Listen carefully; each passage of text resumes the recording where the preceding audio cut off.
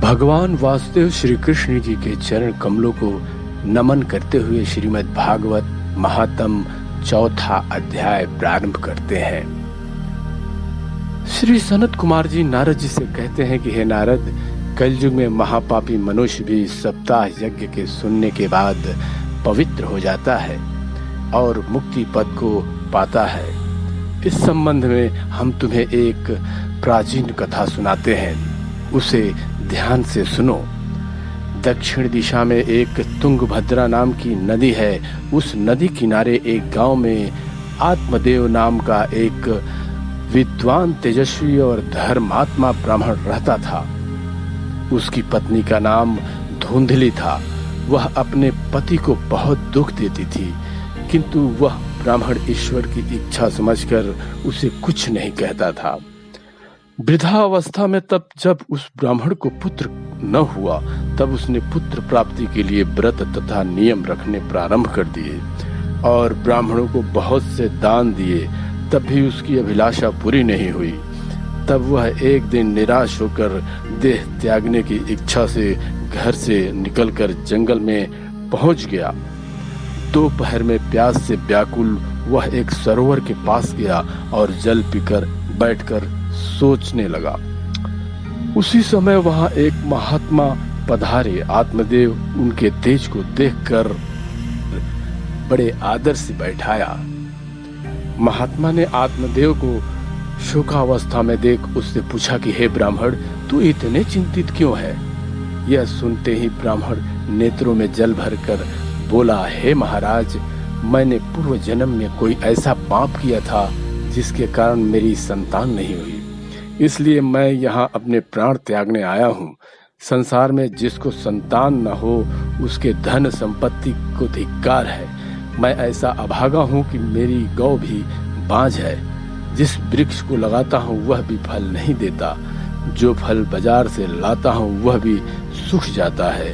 इतना कहने के बाद ब्राह्मण रोने लगा। उसको रोता देख महात्मा बोले, हे ब्राह्मण, तू निराश मत हो। तेरे दुख को दूर करने के लिए मैं विचार करता हूँ। यह कहकर महात्मा ने उसकी भाग्य रेखा देखी और कुछ विचार करने के बाद कहा, हे विप्र, तेरे भाग्य में 7 जन्म तक कोई संतान नहीं है। तू व्यर्थ ही अपने प्राण मत गवा, क्योंकि संसार में केवल दुख ही दुख है और वैसे भी किसी को पुत्र प्राप्त हो जाने से सुख की प्राप्ति नहीं मिलता, क्योंकि कलयुग में पुत्र से सेवा की अपेक्षा रखना व्यर्थ है। इसलिए हे ब्राह्मण, तू पुत्र प्राप्ति की इच्छा छोड़ श्री नारायण जी के चरणों का स्मरण कर, इसी से तुझे परम सुख की प्राप्ति होगी।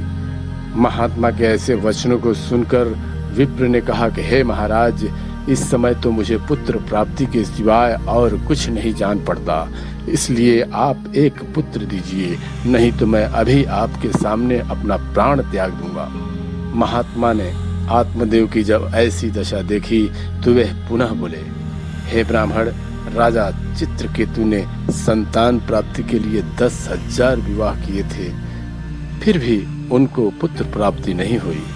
जिन लोगों के भाग्य में नहीं होता उनका प्रयत्न निष्फल हो जाता है, इसलिए तुझे पुत्र प्राप्ति की कामना त्याग देनी चाहिए। यह सुन ब्राह्मण ने कहा कि हे महाराज, आपका ज्ञान का उपदेश मुझे अच्छा नहीं लगता, इसलिए कृपा कर कोई ऐसा उपाय बताइए कि मैं पिता बन सकूं।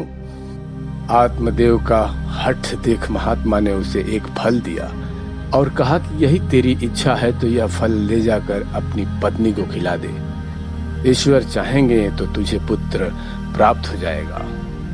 आत्मदेव घर आकर अपनी पत्नी को वह फल देते हुए बोला कि यह फल खाने से तुझे पुत्र हो जाएगा, अतः इस फल को खा लेना। इस प्रकार पत्नी को समझाने के बाद आत्मदेव घर से बाहर चले गए। कुछ देर बाद धुंधली की सहेली वहां आई। तब धुंधली ने उसे फल और पुत्र संबंधित सारी बातें बताई और बोली कि हे सखी, मैं गर्भ रहने के डर से इसे खाना नहीं चाहती। धुंधली ने अपनी सहेली से उन सभी कष्टों को कह डाला जो गर्भवती होने से लेकर प्रसव के समय तक होता है। इस प्रकार धुंधली ने सब बात कहकर उस फल को कहीं छिपा दिया और पति से कह दिया कि वह फल मैंने खा लिया है। कुछ दिनों बाद धुंधली की बहन धुंधली के घर आई तो धुंधली को उदास देख उससे पूछने लगी, क्या बात है कि तू इतनी उदास और दुबली पतली होती गई है? तब धुंधली बोली, मेरे पति ने पुत्र प्राप्ति के लिए एक फल ला कर दिया, सो मैंने प्रसव पीड़ा के कारण उस फल को नहीं खाया। अब मैं इसी बात को सोच रही हूँ कि अपने पति को क्या उत्तर दूंगी, अतः मैं इसी सोच में पड़े पड़े दुबली और पतली होती जा रही हूँ।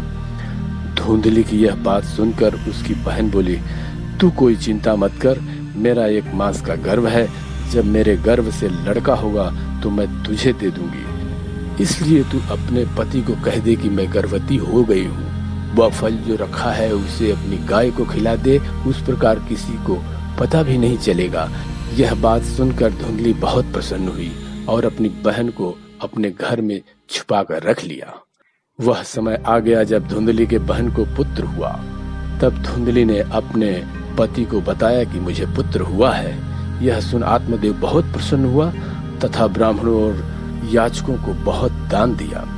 अगले दिन धुंधली ने अपने पति से कहा कि मेरा दूध नहीं उतर रहा है। 6 महीना पहले ही मेरी बहन को एक बालक हुआ था, वह जन्मते ही मर गया, सो उसके स्तनों में बहुत दूध है, इसलिए वह यहाँ रहकर मेरे बच्चे को दूध पिलाती रहे तो अच्छा रहेगा। यह सुन आत्मदेव ने समर्थन दे दिया।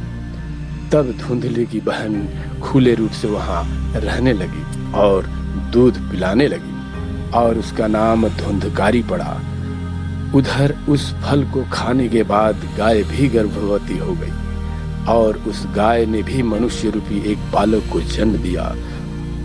उस बालक के दोनों कान गाय की तरह थे और पूरा शरीर मनुष्य जैसा था। उसे देख आत्मदेव बहुत प्रसन्न हुआ और उस बालक का नाम गोकर्ण रख दिया। ब्राह्मण ने गोकर्ण को भी अपने पुत्र की भांति बड़े प्रेम से लालन पालन करने लगा। जब दोनों बालक बड़े हुए तो गोकर्ण पढ़ लिख कर विद्वान तथा धर्मचारी हुआ, परंतु धुंधकारी महामूर्ख, अधर्मी तथा नीच निकला। वह चोरी करने लगा, जुआ खेलने लगा।